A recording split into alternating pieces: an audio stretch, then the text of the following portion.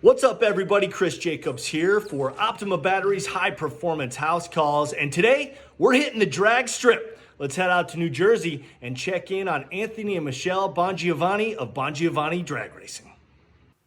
Hey, Chris. Hey, Anthony, how you doing? We're pretty good, doing well. Good to see you. It looks like you're in your shop there. I am. I'm in my shop. I'm here with my daughter, Michelle. Hi. Hey, Michelle. How are you? Good, how are you? Excellent. Nice to see you too. We got the whole Bongiovanni family here. I like it. Most of them. We're missing one, but she had some other things to do. Well, the racing part of the family. We definitely have the whole racing part of the family right now. Well, Anthony, tell me a little bit about your race team. You guys are drag racers, right? We are. We actually, the kids actually started racing it. We got into it probably very differently than the way most people do. Most kids get into it when their dads are drag racers and they grow up and they want to get their kids into it. And in my case, my kids got me into the drag racing.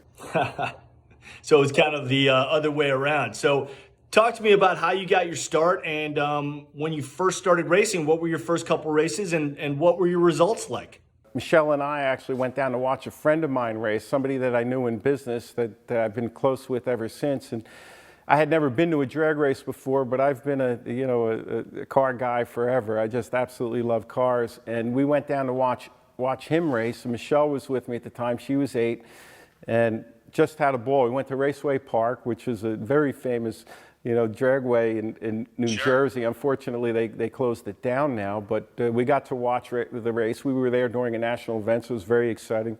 Michelle loved it, and we talked to Ray afterwards, my friend Ray Scardelli, and he introduced us to junior drag racing. So he told us his kids race. We're like, well, what do they race? So he told us what they raced, and Michelle looks at me and she goes, boy, I'd love to try that. So being a car nut, the next thing you know, I'm building 2 junior dragsters and we're getting started. Michelle, how old were you when you piloted your first race? I think I was about like 8.5. Wow. Almost. Yeah. It was a very quick jump from when I said I wanted to do it to then when we actually started. And how old were you when you recorded your first win? My first round win was, I think, the beginning of my second season or the end of my first season. I barely remember it because I was 8. But me and my dad were both just so excited. I had no idea what I was doing. I was running a 1290 car, which is like 50 miles an hour in the 8th mile. But we were so excited. And I honestly don't remember my first final round win. But it was when you were 9, because it was actually her first full year. But I'll tell you what, her first round win, she might as well have won the Daytona 500. It was about that as exciting for me, There's not a lot of 9-year-olds that can say that they've got a drag racing win under their belt. So that's pretty cool, Michelle. Very, very well done. thanks. All right, well, let's get to it. Why don't you guys show me around the shop? What do you got going over there? I'll start with the junior dragsters. These were the 2 juniors that I built for Michelle and for Jenna. So on the left is Little Devil. That's what she wanted to name it when she was 8 years old. Of course, when she got older, she wanted a little different paint scheme, so I had to get her a different junior.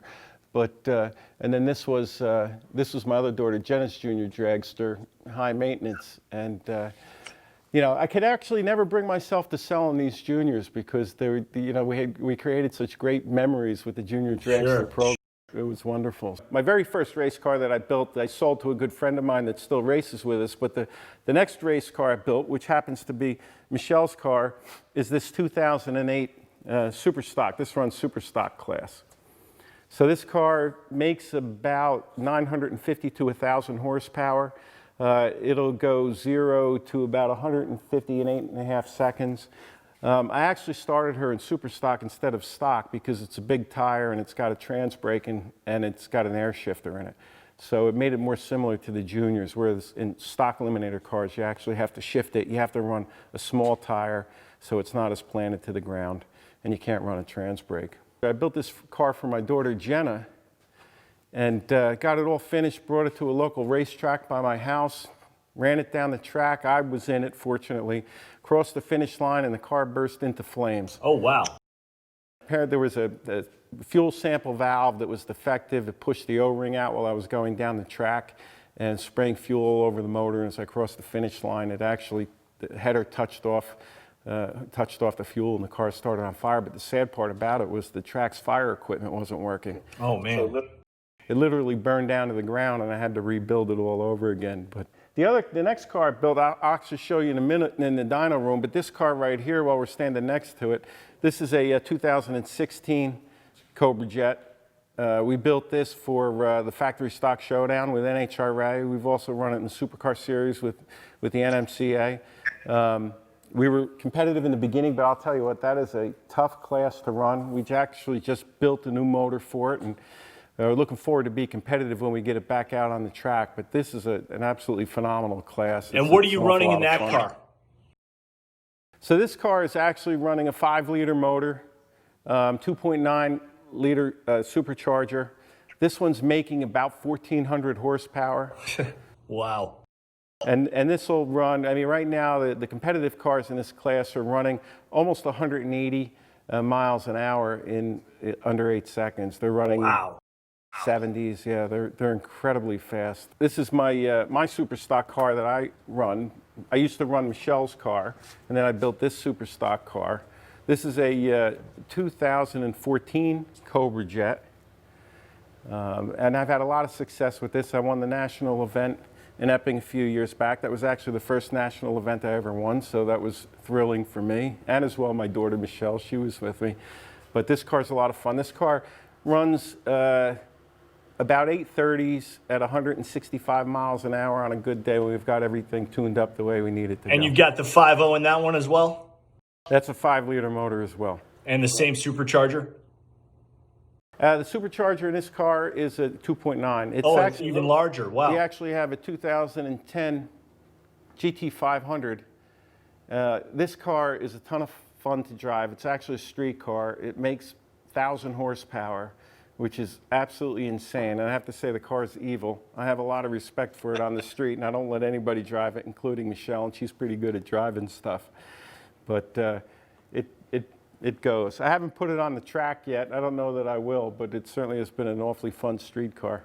Yeah, that is definitely a fun street car. So I got to ask you, Anthony, why Mustangs? You know, I just always loved the Ford brand, and I always loved the Mustang. The very first car, the very first new car I ever had was a Ford Mustang back in 1979, and I've just always liked them. I've just always been a Ford guy, so I've kind of stuck with it. And when I decided to start racing with the girls, it was like, what do we want to build? And Mustang was interesting to everybody, and that was the way we went. Well, it's definitely a classic. I wore this shirt especially for you. Tried to get into the Mustang flavor of things, even though I'm a Mopar guy. I love Mustangs too. I actually used to own a 64.5 Mustang a long time ago. That was actually my first cool car that I owned, was a 64.5 convertible. That's nice. That's a beautiful car. That is a beautiful car. Didn't have a lot of get up and go like those do. It just had the little 260 under the hood, but it sure was fun to cruise in. Without a doubt, yep. It was a great car back then. This car is a 1988 Fox Body Mustang. This was actually the SEMA show car to celebrate the 25th anniversary of Muscle Mustang and Fast Forward magazine. They actually never quite finished it for SEMA. They pushed it into the show, but they never quite got it running. And I ended up buying the car, and we actually finished it. We did get it running. There's a few other things that we're doing to it, but it's going to be on the street very soon. But this is a super cool car.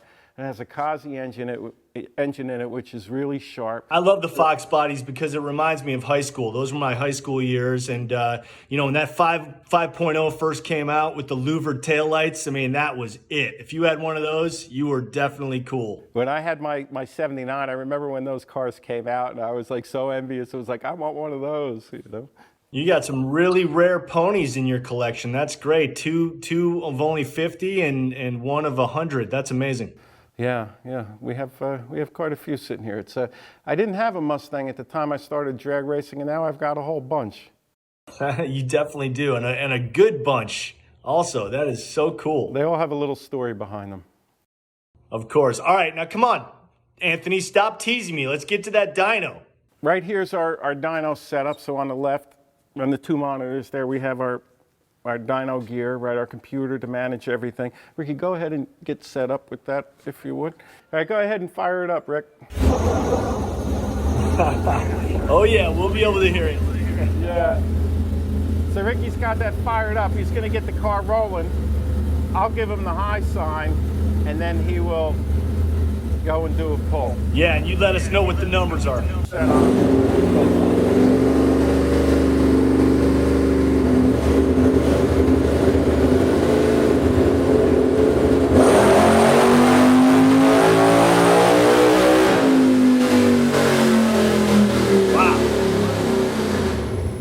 That was a burst. In that particular hit, we made about 829 horsepower, so we're actually just getting that tuned up. Just getting warmed up. By the time we get finished with it, it'll be probably pretty close to 900 horsepower. Oh, so good. There's no sound quite like that, is there, Anthony? No, I don't know that I could ever race electric cars. It's just not the same thing. There is something about that noise that's wonderful. You need that noise and you need that vibration and that rumble. I mean, it's drag racing, as you know very well. You know, drag racing is a very, very difficult environment for anything in a car, right? Just the amount of vibration that you have. It's really tough. And with drag racing too, a lot of the cars we don't run alternators in. So the batteries can be the difference between, you know, getting that car fired up and getting down the track and not. And we found Optimum batteries to be excellent. You know, we could rely on them every day, right, in every race.